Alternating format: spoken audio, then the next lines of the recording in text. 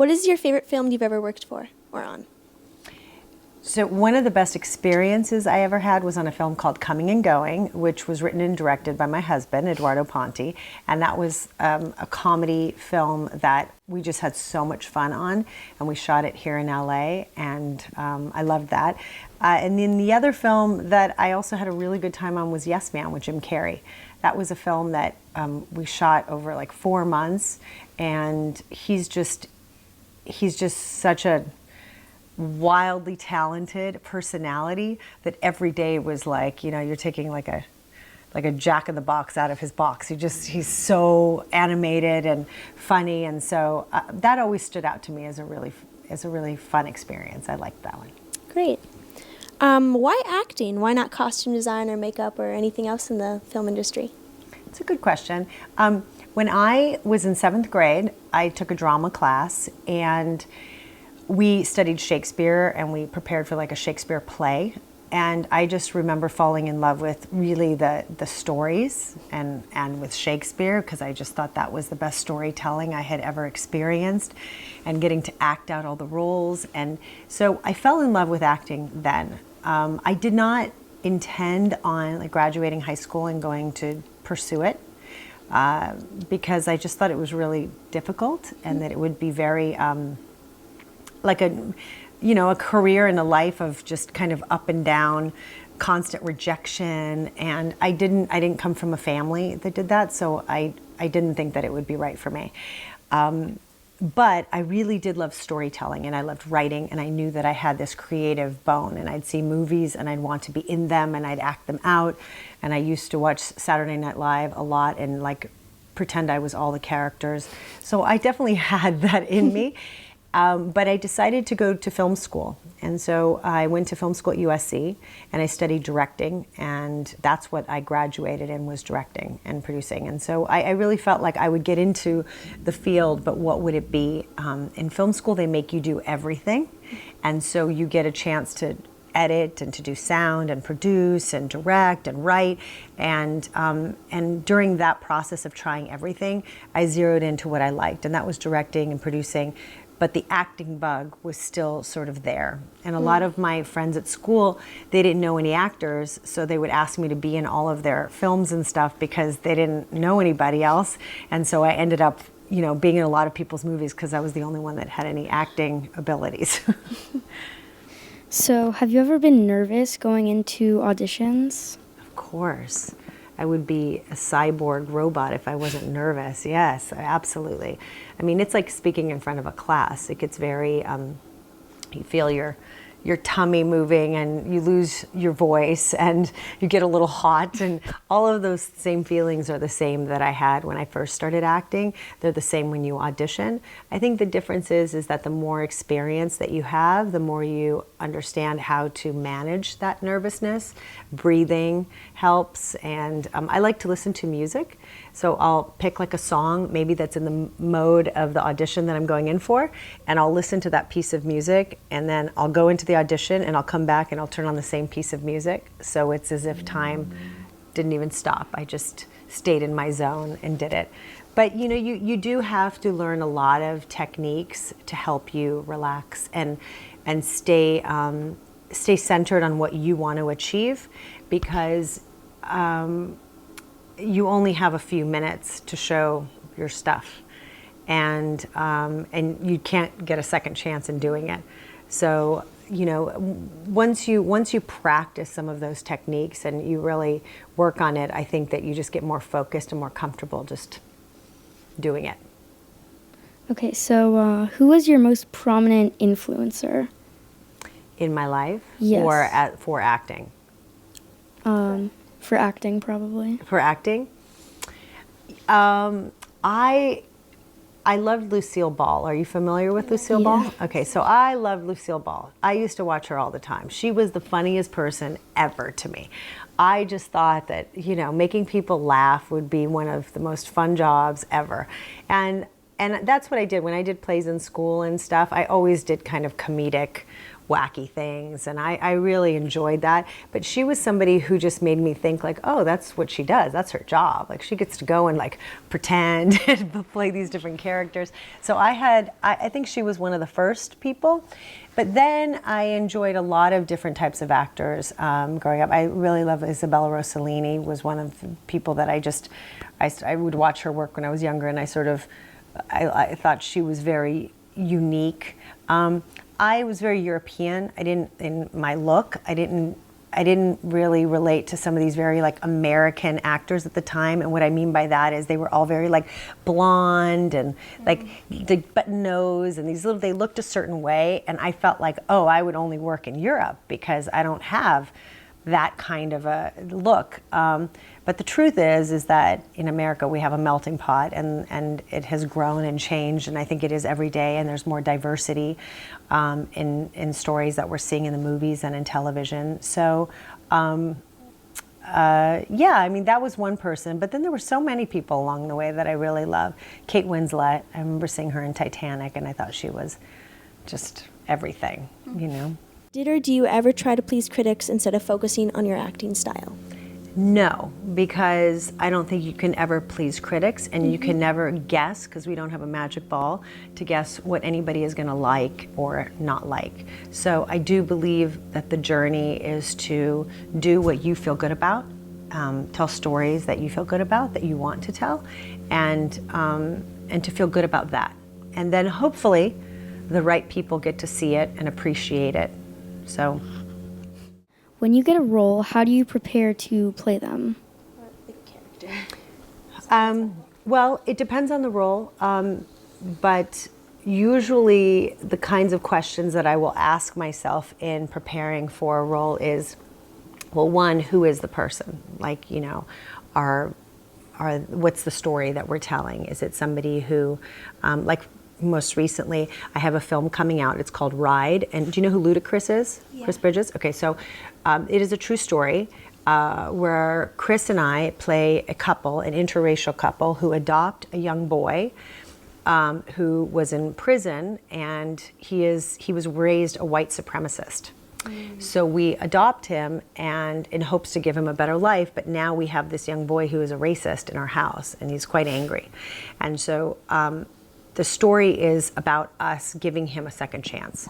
We end up buying him a BMX bike, and he ends up being a really good rider, and he ends up becoming one of the greatest riders in the world. And it's a true story, as I said that 5 times. So anyway, in this role, the kinds of things that I did is I would talk to my fellow actor, Chris, Ludacris, and we discussed our relationship as a couple, like who are we, how did we meet, how did we fall in love? Did we try to have a child, but we couldn't have a child? Why did we decide to adopt a child? Is it my idea? Is it his idea?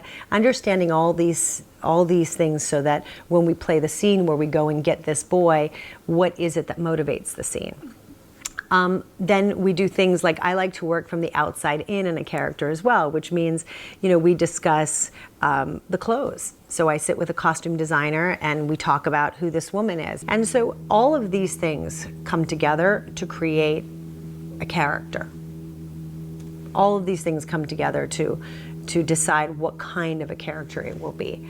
And then you have other very fun roles, like I did in Yes Man, where, you know, really it's about you being yourself and being in the moment, but also finding very broad comedic things to do that can help the scene be funny and be, you know, a little bit more out there. So you really have to do a lot of work and thinking about it. I would love to have as much time as possible always. You don't always have that time, but that's some of the stuff I do. So do you prefer filming movies or TV series, and why? Well, TV and films are very, very different. A lot of people don't know that TV takes a very long time to shoot. So do movies, but television is an ongoing thing year after year. For instance, one episode could take anywhere from 8 days to maybe 15 days to film, depending on the show. Game of Thrones, for instance, sometimes takes 2-3 weeks for one episode, maybe longer. So if you make 24 episodes in a year, that means you're working 10 and a half months a year. If you make 10 episodes, you're working like 3 to 4 months a year. So it's just a very ongoing thing. Whereas in a movie, you go in, you film anywhere from 6 weeks to 6 months, and then you're done. And you also, in a movie, have the beginning and the middle and the end of a story. Whereas in television, you don't know what's coming. So there's something very exciting about that, to play a character that you get to be in people's homes every week and they get to know you better. What was your first acting job? My first acting job was on a film called Twin Falls, Idaho, and it was about these conjoined twins who basically walk around. It was the Polish brothers, Mark and Michael Polish, and I played a character of this woman who would sort of bother them all the time, and she'd come in and out of the movie as this friend of theirs, but she was always very, she was just a bit of a kooky character. It was really fun. Was your initial impression of the film/acting business the reality that you, like, how you thought of it? Was it the same as how it is? It's a very good question, and no, it's not. I think that I think I had hoped that it would be a little bit more like it was when I did drama in 7th grade, where it was extremely collaborative between people, and that you got to work together and you all got to create things that you loved and, you know, do things that you felt comfortable doing. The business of it is very different because it's so money driven. And so usually you have a lot of very big egos. So the person who usually wrote it is incredibly, you know, they want to stick to what they want. And so it's not as collaborative as you would like it to be. And it's also it's a really grueling job. It's hard to get a job. You know, I feel very fortunate that I've gotten to work in a business that you know, most of my friends quit along the way, and I've been in a position of being able to pick and choose what I want to do and what I don't want to do. But it's not like that for everyone. So I think that's the hardest part, is that ultimately when you do get there, there's such a hierarchy and a bureaucracy and politics involved that the creative part of it tends to be smaller than you want it to be. The moments when you actually act and get to act are really fun, but all the business surrounding it is very, very different. So, did you ever participate in theater when you were in school? I did. In 7th grade, I did like these Shakespeare festivals and did a lot of theater. I had a really great drama teacher in the 7th grade, Miss Zena David, and then I had a teacher in high school named Roger Graziani, who I still talk to, and they really inspired me and they encouraged me, and they helped me understand, you know, what theater was about. And that was really my love, was doing plays. Do you ever think about your fame, and does it influence how you act? If so, how specifically? No, I don't. I don't think about that. I just try to play characters as truthful as I can.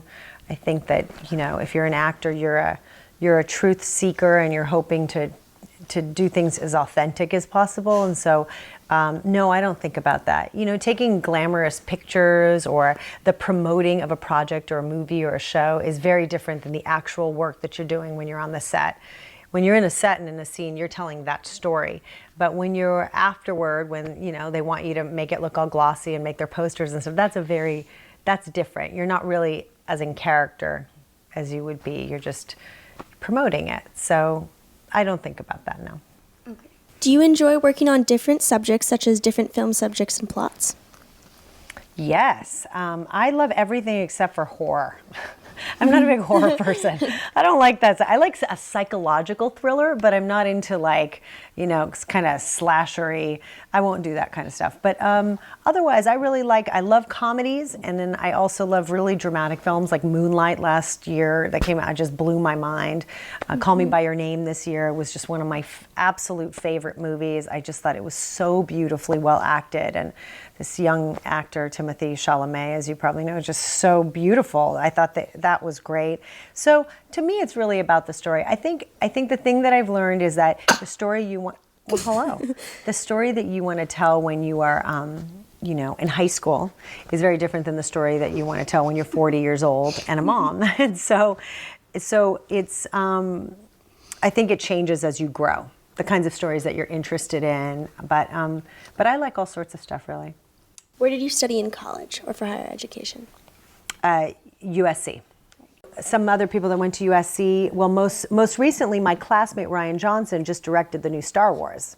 So that was my classmate Ryan. We made a film together at school, and that was a big deal. And we always knew that he'd be making Star Wars, and he made Star Wars. So it was crazy when it happened.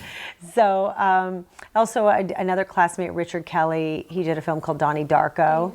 You know Richard, and so we had a really talented group of people that came out. I'm not referring to myself. I'm just saying all the other people were really talented. But we had a really good group, and and there were a lot of other people that came out of there. I mean, Steven Spielberg came out of there eventually. He was denied 7 times and then eventually went there. But it is absolutely one of the best film schools, the best film school in the country. It's just, they give you all the tools that you need to really be able to learn, and they force you to do all the different parts. So you can, I loved editing, for instance. Like I think I would have maybe been an editor if I didn't have to sit in a dark room all the time. That was the only hard part of the job. But Why did you want to become an actor? I don't know. You know, when I was in kindergarten, I wrote down on a piece of paper, like, what do you want to be when you grow up? And I put in an actor, an actress, or a teacher. And I don't know. From a very young age, I felt that was my path. I don't know why. You know, my mom is a mathematician and a painter. My father is not creative. They didn't come from this business. I knew nothing about it. And so I don't know. And then as I found different ways of performance, like the Shakespeare festivals and dance and so forth, I think then and going to school, I just knew that going to college and university, I wanted to study something that I would be able to have a profession in. And it felt to me that behind the scenes and understanding how you tell stories was the way to do that, not to be an actor. But the truth was that was the thing in my heart, and everything in the business is really difficult, and you have to choose the thing that you love the most. And I really do love acting. And so, you know, but now I'm actually directing more, and I'm producing a bunch of projects. So I'm getting more behind the camera now. Not that I'm not acting, I'm just doing it differently. I'm a little bit choosier about what I want to do. So. Do you speak any languages besides English? I do. I speak Serbian, and Italian. Which subjects did you enjoy growing up, or in school, sorry? Which subjects? I loved English and history the most. I wasn't great at the math and sciences, even though my mother did that for a living. But I really did love literature, and I loved English. And I love history. When you were young, what is your best memory of school? Or when you were young? What's my best memory of school? I think it probably was having teachers that inspired me, I think, besides your friends, which is always nice to have good friends and people that you can connect with. I think that the teachers made a very big difference in my life, because they were people outside of your home that could encourage you, that could bring you new ideas, that can inspire new ways of thinking. And so I remember a lot of my teachers very fondly, that they made a big impact on my life. So what is the number one thing you could recommend to aspiring actors? The number one thing that I would recommend to aspiring actors is to just do as much reading as you can on narcissism, human psychology, understanding how people think and communicate, and just human psychology in general, I think, is really important, because you work in an industry that is filled with so many different types of personalities and a lot of egos, and everyone has an idea for something. And so the better you are in communicating and understanding that a lot of people can't see past themselves, then you will just have an advantage in a very big way, I think. And it's something that I feel like we should anyway learn by the time we're in middle school and high school we should talk about, because even in school you guys are just surrounded with a lot of classmates and people that you didn't necessarily choose, right? We're all thrown together. It's a little bit like that in the film business. You're all thrown together, and you have to figure out how to create together. And so I think that's one of the most difficult things for people. So. Have you always a professional dream, a professional wish? My dreams have also changed because the world is changing. And I feel that in the last couple of years, with a lot of what's going on in politics and you guys in growing up, your lives are very different than, you know, your parents and my lives were. And I feel like I just more and more want to be able to tell stories that are, right now I'm developing and producing some projects that are really, they're very empowering for girls and for women. They're stories that are not the kinds of stories we see all the time. I just want people to be more three-dimensional. I just want to see stories that are real and that inspire people and that bring goodness to the world. And so I do feel like there's a professional sort of dream of being part of things that really inspire me and make me dream and want to continue to see and tell those kinds of stories. Thank you. Thank you, guys. Just Lovely some host.